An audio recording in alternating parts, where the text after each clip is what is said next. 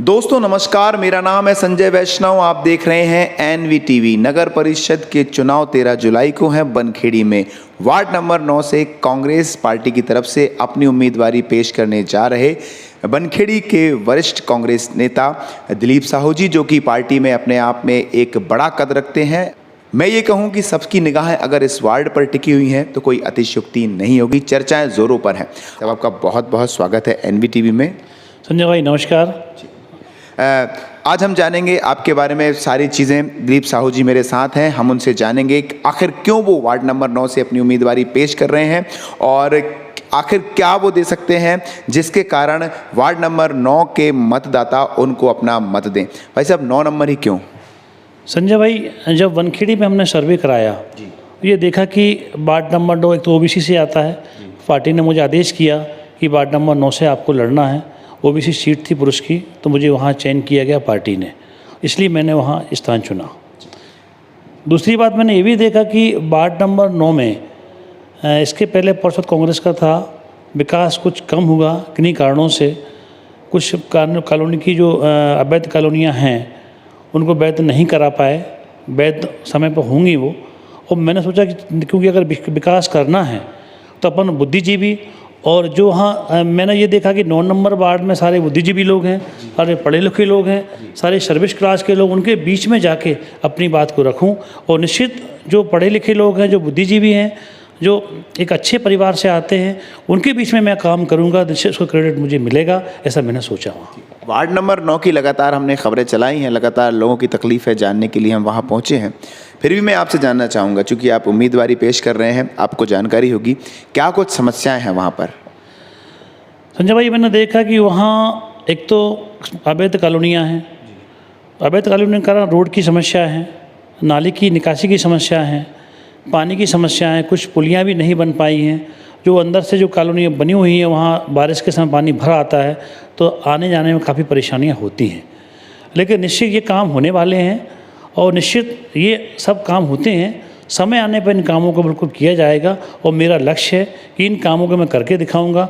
मैं हमेशा कामों को महत्व देता हूं, मैं हमेशा कामों को ही एक अपना लक्ष्य बनाता हूं और मेरा लक्ष्य है कि इन कॉलोनियों को वैध कराऊंगा। इन कॉलोनियों के पानी की निकासी जो है, लाइट है, नालियाँ हैं, रोडें हैं, वो निश्चित इन कामों को होगा, इसमें कोई दो राय नहीं है। मेरा लक्ष्य पूरा होगा, मैं इस काम के लिए बड़े तन्मयता से करूँगा। आपने अवैध कॉलोनी का मुद्दा उठाया, किसी से छुपा भी नहीं है, लेकिन मैं बात करूं अगर काम की, क्योंकि प्रशासनिक जो जवाब रहता है वो कहता है अवैध कॉलोनी यहाँ पर विकास होगा नहीं। यहाँ के जो नेता हैं वो भी वन लाइन कह देते हैं कि भाई अवैध कॉलोनी को वैध कराना बड़ा मुश्किल है। आप कैसे इनको वैध कराएंगे? सारी चीज़ें सरकारी प्रक्रिया में आती हैं, उसे कोई नियम रूल्स हैं। अवैध कॉलोनियाँ वैध होंगी, ऐसा नहीं है कि वो अवैध हमेशा बनी रहेंगी। जहाँ रहा रोडों का सवाल, तो एक मद, कई प्रकार के मद रहते हैं खर्च करने के लिए। एक रहता है जन भागीदारी, तो जन भागीदारी से अपन काफ़ी काम कर सकते हैं, क्योंकि जन भागीदारी में जनता का पैसा और प्लस सरकार का पैसा ये लाया जाता है और कई नगर पंचायतों में ऐसा पैसा आया और निर्माण हुआ है। दूसरी चीज़, जहाँ रोडों का सवाल है, तो रोड तो अंदर से अपन उसको क्रॉस करके ला सकते हैं और लाई गई हैं। ऐसा कोई क्वेश्चन नहीं है कि अवैध कॉलोनी में वैध नहीं होंगी, वैध होंगी, निश्चित होंगी, मुझे ऐसा पूरा विश्वास है। सरकार आपकी थी पिछली पंचवर्षीय में, पार्षद भी आपका वहाँ पर था, वो क्यों फैल रहे हैं? साहब क्या है, नई नई नगर पालिका बनी थी, ग्राम पंचायत से नगर पालिका में ट्रांसफ़र हुआ, बिल्डिंग नहीं थी, कई समस्याएं ऐसी आईं, धीरे धीरे समय निकलता गया और लोग समझ नहीं पाए। अब क्योंकि विकास ऐसा तो नहीं है कि पिछली बार विकास नहीं हुआ तो अब नहीं होगा, निश्चित अब विकास होगा। विकास का कोई एक समय सीमा नहीं होती है, एक समय के बाद विकास होगा। कई समस्याएं आई थी, ग्राम पंचायत से नगर पालिका बनी, काम रुके, फिर कोरोना काल लग गया तो समय बीतता चला गया, लेकिन अब समय अच्छा आ रहा है और हमने ऐसे प्रत्याशियों को कांग्रेस ने उतारा है जो काम करने वाले हैं, जो काम को समझते हैं, जो उनमें क्षमता है काम की। जहाँ तक वहाँ के जो मुद्दे हैं वो पार्षद होने के नाते तो संभव नहीं है, क्या आप अध्यक्ष पद की दावेदारी पेश करेंगे? निश्चित, अगर पार्टी मुझको अध्यक्ष बनाएगी, क्योंकि जन चर्चा तो है कि दिलीप साहू अध्यक्ष बन सकता है, लेकिन अगर पार्टी मुझको आदेश करेगी तो निश्चित मैं अध्यक्ष भी बनूंगा, ऐसा कोई वो नहीं है। जो पार्टी आदेश करेगी वो मुझे मान्य रहेगा। पुनः मैं कॉलोनी के मुद्दे पर यहाँ पर आना चाहूँगा। चूँकि देखिए जिस तरह से प्रक्रिया यहाँ पर चली, कई लोगों को ऐसी स्थिति है कि उनको रजिस्ट्री तो हो चुकी है लेकिन बेचारे अभी प्लॉट वहाँ पर खोज रहे हैं। काफ़ी दयनीय स्थिति है बनखेड़ी में। और चूँकि आप यहाँ पर भी अभी कॉलोनी का काम चल रहा है और आप भी उसमें सहयोगी हैं, तो कुछ नियमावली आपके अनुसार हैं ऐसी जिससे कि वो वैध हो सकती हैं? निश्चय, देखिए हम बनखेड़ी में हमने शहर में कोई अच्छा काम दिया, एक नर्मदापुरम कॉलोनी डेवलप की है, एक रेवापुरम कॉलोनी डेवलप की है। हम राजस्व के समय सिस्टम को समझते हैं, राजस्व के कानून को समझते हैं और उस कानून के तहत उन कॉलोनियों को वैध कराएंगे। कहाँ से नाली निकलना चाहिए, कहाँ से रोड निकलना चाहिए, कहाँ पार्क की जगह छूटी हुई है, हमने वो भी अध्ययन किया है कि डांगरा कॉलोनी में पार्क की जगह छूटी है, सरस्वती कॉलोनी में पार्क की जगह छूटी है, मंदिर की जगह छूटी है। ये निर्माण कार्य अधूरे हैं और निश्चित ये कार्यकाल में पूरे होंगे हमारे। वार्ड नंबर 9 बुद्धिजीवियों का वार्ड है, पढ़े लिखे लोग वहाँ पर रहते हैं। मैं एक सवाल आपसे जानना चाहूँगा, 9 के वासी आपको वोट क्यों दें? जो विरोधी हैं उनको वोट क्यों ना दें? साहब देखिएगा कि विकास एक बहुत बड़ा मुद्दा है। जो विपक्ष में मेरे लोग चुनाव लड़ रहे हैं, लोग अपने घरों के सामने निर्माण कर रहे हैं, घर के सामने विकास कर रहे हैं। क्या जनता का विकास कर सकते हैं वो? मैं ये जनता से पूछना चाहता हूँ। जनता खुद स्वयं इसके गवाह है कि लोग अपने दुकानों के सामने, अपने घरों के सामने विकास का पैसा लगा रहे हैं, जनता का पैसा लगा रहे हैं और वो कहते हैं विकास करेंगे। तो मैं तो समझता हूँ विपक्ष के लोग अपना विकास करेंगे फिर जनता का विकास करेंगे। ऐसा हुआ है? ऐसा हुआ है, लोग साक्ष्य गवाह हैं लोग। मैं ये समझता हूँ कि ये चुनाव पार्षद का है, लगभग ये व्यक्ति का चुनाव हो जाता है। और मेरी यहाँ पृष्ठभूमि 3 पीढ़ी से मैं यहाँ रह रहा हूँ। मेरे पिताजी का कार्यकाल कैसा निकला ये जनता पूरी जानती है, मेरा कार्यकाल क्या निकला वो जनता जानती है, मैं यहाँ किस पृष्ठभूमि पे हूँ वो जनता जानती है। और जनता अपना वोट करती है व्यक्ति को। पार्टी ठीक है, अलग विषय है, लेकिन व्यक्ति भी बहुत महत्वपूर्ण रहता है अपना मत देने के लिए। दूसरी चीज़, मैं इसके पहले मैंने जनसेवा की लायंस के माध्यम से, मैं लायंस का अध्यक्ष भी रहा, मैं गरीबों के बीच में गया भी, जनता के बीच में गया भी। तो मेरा गरीबों के लिए, जनता के लिए, आम नागरिकों के लिए कितना योगदान है वो जनता सब देखती है। विरोधी उम्मीदवारों का भी काफ़ी नाम है। नहीं, निश्चित नाम है, लेकिन कैटेगरी वाइज नाम रहता है। मेरा नाम कैसा है, विरोधियों का नाम कैसा है, मैं उनके बारे में कुछ नहीं कहूँगा। लेकिन मैंने जो उपलब्धि दी, मैंने जो जनता के बीच में गया, मुझे इसका निश्चित क्रेडिट मिलेगा, मुझे ऐसी आशा है। आप आसानी से उपलब्ध नहीं हो पाते जनता को? नहीं, हमेशा उपलब्ध हूँ मैं और निश्चित जनता काम चाहती है। मैं हमेशा पब्लिक के बीच में रहता हूँ। अभी बीच में पानी का संकट आया तो मैंने लायंस के माध्यम से हर वार्ड में पानी बांटा। तो मैं निश्चित उपलब्ध हूँ और उपलब्ध रहूँगा। ऐसा नहीं है कि मेरी पृष्ठभूमि यही है, मेरा जन्म यहीं हुआ है, मैं आपके बीच में रहने वाला व्यक्ति हूँ, मैं यहाँ छोड़ कहाँ जाऊँगा। राज्य में भाजपा की सरकार है, आप अगर बनखेड़ी में कांग्रेस की सरकार बनाते हैं, काम कैसे निकलवा पाएंगे? क्योंकि आपके ही पार्टी के कई नेता हैं जो कहते हैं कि साहब अब यहाँ से तो हम काम निकलवाते थे लेकिन फाइल ऊपर पहुँचती थी तो जो विधायक जी थे वो उसमें रोड़ा अटकाते थे। नहीं, काम होते हैं, ये कहना बिल्कुल गलत है कि काम नगर पालिका में पैसा नहीं आता है। नगर पालिका में पैसा आता है, काम कराने का तरीका होता है, काम करने की सिस्टम बनता है। और ये कभी नहीं मानना चाहिए किसी सरकारों को या मतदाताओं को कि सरकार उनकी है तो काम नहीं होते। कई जगह दूसरी सरकार होती, काम में रुकावट नहीं आना चाहिए और नहीं होते हैं, काम सब होते हैं। ऐसा कोई नहीं कि पैसा रुकता है, अपने जनप्रतिनिधि क्षमतावान हैं तो काम होते हैं। पिछली जो आपके सरकार के अध्यक्ष थे वो क्षमता कम थी क्या उनकी? नहीं, क्षमताएँ थी, लेकिन नई नगर पालिका बनी थी, सिस्टम को समझने में समय लग गया। वो भी क्योंकि ग्राम पंचायत थी, ग्राम पंचायत ट्रांसफर नगर पालिका में हुई तो समय सीमाएं तो कम थी। क्योंकि शाम ऐसा अभी नई नगर पालिका बनी, समय कम पड़ गया, समय चला गया।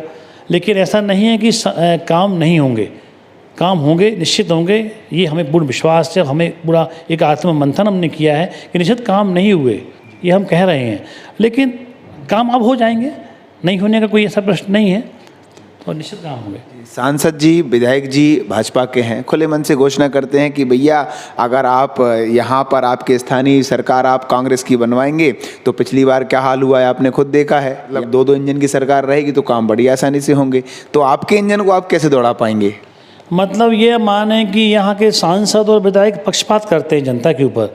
क्या जो जनता यहाँ रह रही है तो क्या उनको वोट नहीं मिला? क्या उनका क्षेत्र नहीं लगता है?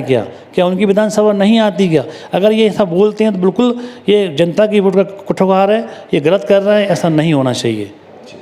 कहते काम में रोड़ा अटकाते हैं आप लोग। जब यहाँ पर सरकार बन जाती है तो उनके जो मान के चले विधायक जी के सांसद जी के कोई काम आते हैं तो वो यहाँ पर आप होने नहीं देते? नहीं, निश्चित काम होते हैं। ये तो गलत बात है कि विधायक यहाँ चाहता है काम ना हो। भाई जनता तो वहीं की है, उनकी विधानसभा की है। अगर ऐसा सोचते हैं तो मैं समझता हूँ ये सोच गलत है, ऐसा नहीं होना चाहिए। विकास होता है, सरकार किसी के रहे, क्योंकि हम जनता के लिए विकास करते हैं, स्वयं के लिए विकास नहीं करते हैं, इसलिए विकास होना चाहिए।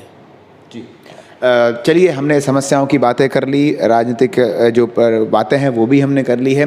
अब हम आपसे जानना चाहेंगे, दिलीप साहू अगर वहाँ पर चुनकर आते हैं तो उनका विकास का मॉडल वार्ड नंबर 9 में क्या होगा? मैंने एक संकल्प पत्र भी मैं बना रहा हूँ, इसको घोषणा पत्र अपन कहें, कि मैं उस वार्ड में क्या कर सकता हूँ। मैंने उस वार्ड का अध्ययन किया है, बारीकी से अध्ययन करके मैंने ये जाना वहाँ का मतदाता का कि पिछली बार कुछ काम हुए नहीं हुए, ठीक है पुलियाँ वगैरह बनी, लेकिन सबसे बड़ी समस्या उस कॉलोनी को वैध कराने की है। सेकंड समस्या रोडों की है। थर्ड समस्या पानी जो निकासी है, जो नाली वगैरह नहीं बन पा रही है, कहीं कहीं पानी भरा हुआ है वो, और मैं उस वार्डों को कीचड़ मुक्त कराऊँगा, ये मेरा संकल्प है। कीचड़ बिल्कुल मुक्त कराऊँगा। 5 सालों में नहीं, बहुत कम समय में ये काम होंगे। वो जन भागीदारी का पैसा से भी अपन काम करवा सकते हैं। कामों की कोई कमी नहीं है, पर क्षमता होना चाहिए काम कराने में। और मैंने अभी लायंस के माध्यम से कई काम करवाए, गरीबों के बीच में गया। मैं जनसेवा का एक माध्यम मैंने अपनाया है। मेरा उद्देश्य जनसेवा है, जन भावना से मैं काम करूँगा और जनता का दिल जीतूँगा, ये जो मुझे उम्मीद है। ऐसी बातें तो सब करते हैं चुनाव के पहले, फिर दिलीप साहू कैसे अलग होने वाले हैं? नहीं देखो, मैंने लायंस क्लब के माध्यम से काम भी किए हैं। अब चुन के आऊँगा जब भी तो मैं जनता के सामने काम करूँगा। और मेरी पृष्ठभूमि कैसी है भाई, जनता ये अंदाज़ लगा लेती है कि दिलीप साहू आज शहर में क्या कर रहा है। मैं कॉलोनी डेवलप कर रहा हूँ, मेरे और भी काम चल रहे हैं, तो मेरी पृष्ठभूमि पे ये अंदाज़ लगा लेती है मतदाता कि व्यक्ति क्षमतावान है या नहीं है। ये बिल्कुल क्लियर, जनता होशियार है, समझदार है, पढ़ी लिखी होती है, वो निकाल लेती है अपना मतलब कि अगर व्यक्ति काम करने वाला है तो कौन व्यक्ति काम करा सकता है, कौन व्यक्ति काम नहीं करा सकता है, कौन पब्लिक के बीच का है, उसकी पृष्ठभूमि क्या है, वो वर्तमान में क्या कर रहा है, इससे निकल के आता है। जो कॉलोनियाँ अवैध हैं उनको आप वैध कराएंगे अगर चुनकर आते हैं तो? 100% कराएंगे, 101%, 100% कराएंगे, ये मेरी बिल्कुल आपसे वादा है, मतदाताओं से वादा है।